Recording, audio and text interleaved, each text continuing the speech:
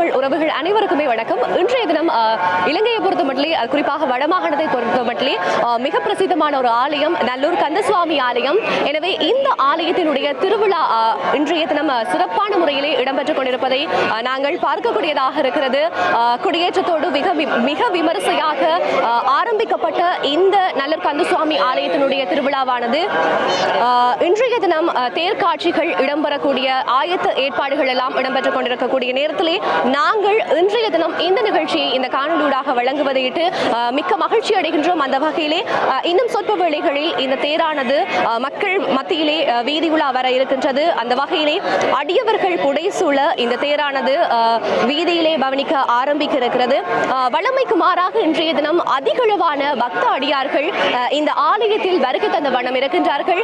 எனவே குறிப்பாக வெளிநாடுகளிலும் சரி உள்நாடுகளிலும் சரி இந்த முறை சிறப்பான ஒரு ஆண்டாகவே காணப்படக்கூடிய ஒரு நேரத்திலே அதிகளவான வெளிநாட்டு பயணிகள், அதாவது இலங்கையை பிரதிநிதித்துவப்படுத்தக்கூடிய அதிகளவான வெளிநாட்டு பயணிகளாக இருக்கட்டும் அல்லது உள்நாட்டு வசிக்கக்கூடியவர்களாகட்டும், இன்னும் சிறப்பம்சமாக இந்த மதம் என்று யாருமே இல்லாமல் மிகச் சிறப்பாக அனைத்து மதங்களுமே பங்கு பெற்றக்கூடிய வகையிலே எக்கச்சக்கமான பிற மதத்தவர்களையும் இந்த ஆலயத்திலே நாங்கள் காணக்கூடியதாக இருக்கிறது.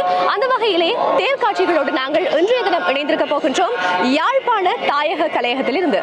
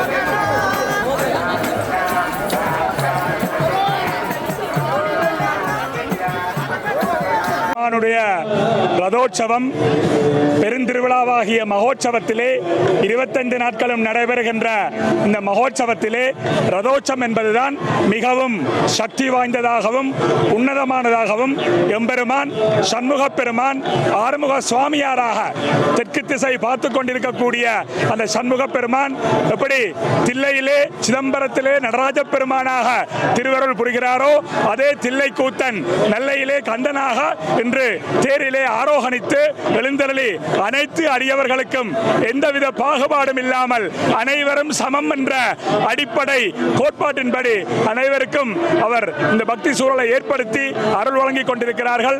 அந்த விதத்திலே இங்கே அடியார்கள் பலவிதமான பிரார்த்தனைகளிலும் வழிபாடுகளிலும் ஈடுபட்டுக் கொண்டிருக்கிறார்கள்.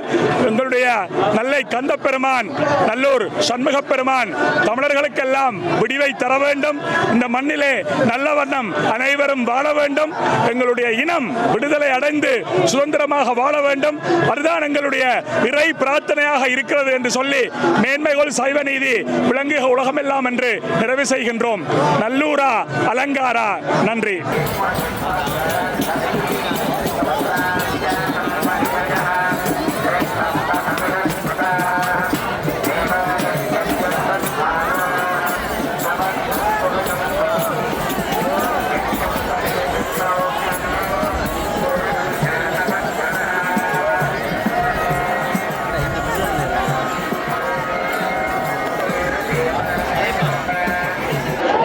ஐபிசி தமிழோடாக நல்லூர் கந்தசுவாமி ஆலயத்தினுடைய தேர் திருவிழா காட்சிகளோடு தான் நாங்கள் இணைந்திருந்தோம். குறிப்பாக பல்லாயிரக்கணக்கான பக்தர்கள் புடைசூழ இன்றைய தேரானது வடம் தொட்டிழுக்க நகர்ந்த வண்ணம் இருக்கின்றது. வீதி உலா சுத்தி இப்பொழுது நிறைவுக்கு வந்தக்கூடிய அற்புதமான காட்சியை நாங்கள் பார்த்துக் கொண்டிருக்கின்றோம்.